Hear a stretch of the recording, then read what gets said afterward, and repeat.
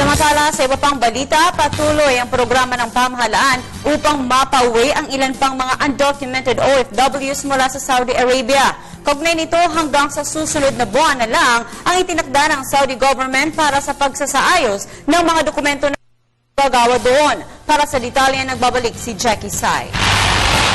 10 taon din nagtatrabaho sa ibang bansa ang ating mga OFWs na may undocumented papers at sa tulong ng Philippine Embassy ay nakabalik sila sa ating bansa.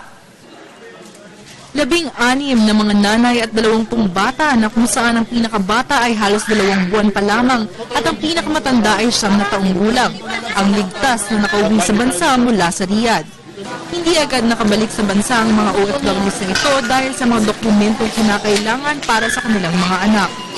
Wala nga silang mga papel, hindi umayag agad-agad yung Saudi na mai-exit namin yan. Puno ng kasiyahan ang mga ito dahil sa wakas ay makakapiling na nila muli ang mga naiwang pamilya sa bansa. Kami nang matiwasay at maayos at nabunutan na kami ng tinig. Masaya na po kayo nakabalik Masaya na, nakabalik na. 10 taon na hindi nakaka-uwi. Nagpapasalamat naman ang mga OFWs sa ito dahil sa tulong ng Embahada ng Pilipinas.